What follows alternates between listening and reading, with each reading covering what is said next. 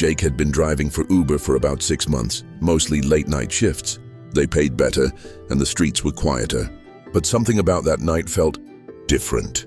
It was past midnight when a new ride request popped up.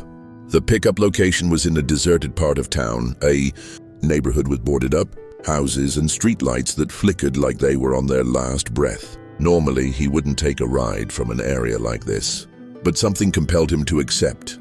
As he pulled up to the pin, he saw a figure standing on the sidewalk. A woman dressed in a black hoodie, her face obscured by the shadow of the hood. She didn't wave or acknowledge him. She simply walked up, opened the back door and slid in. "For Sarah?" he asked, checking the app. Silence. He glanced in the rearview mirror. The woman sat perfectly still, head slightly tilted down, hands resting on her lap. Jake cleared his throat. "Long night?" He tried again. Still nothing. He shrugged and started driving. Some people just didn't want to talk, and that was fine with him. But as he continued down the empty streets, he felt strange. The air in the car seemed heavier, colder. The silence wasn't just uncomfortable, it was oppressive, like it was pressing down on him. Then he noticed something odd. He checked the rearview mirror again. The woman was sitting in the back seat, but her reflection wasn't there. His grip tightened on the wheel. Maybe it was just a trick of the light. Maybe he was tired. He shook his head and kept driving.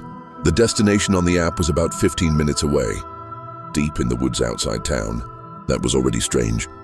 But what made it worse was that the pin wasn't on a house or building. It was just there, in the middle of nowhere. His heart started beating faster. "So, you heading home?" he asked, trying to keep his voice steady. No response. She didn't move, didn't breathe. He swallowed hard, focusing on the road. 5 more minutes. 4. 3. The trees grew denser, the road narrower. His headlights barely cut through the darkness. Then his phone screen flickered. The GPS glitched, the map spinning wildly before freezing.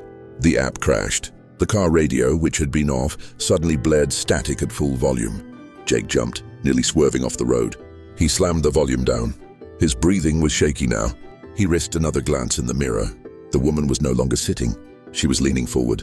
Her hood had slipped back, just enough for him to see her mouth, stretched into an unnatural grin. Lips cracked, teeth too sharp. Jake's blood ran cold. He didn't dare turn around. "We're almost there," she whispered. It was the first time she had spoken. Her voice was wrong, like multiple voices layered on top of each other. Echoing in the small space of the car, Jake slammed on the brakes.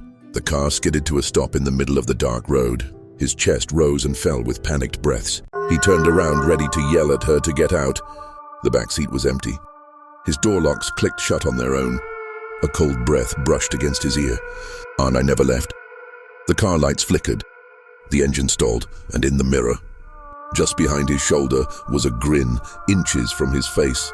For more videos, hit the subscribe button, like and comment for more.